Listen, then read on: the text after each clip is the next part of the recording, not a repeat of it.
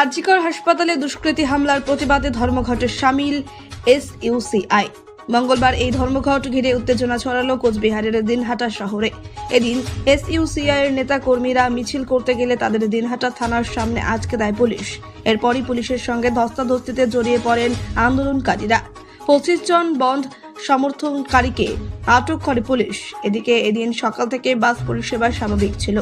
বেলার দিকে শহরের দোকানগুলি খুলতে শুরু করে।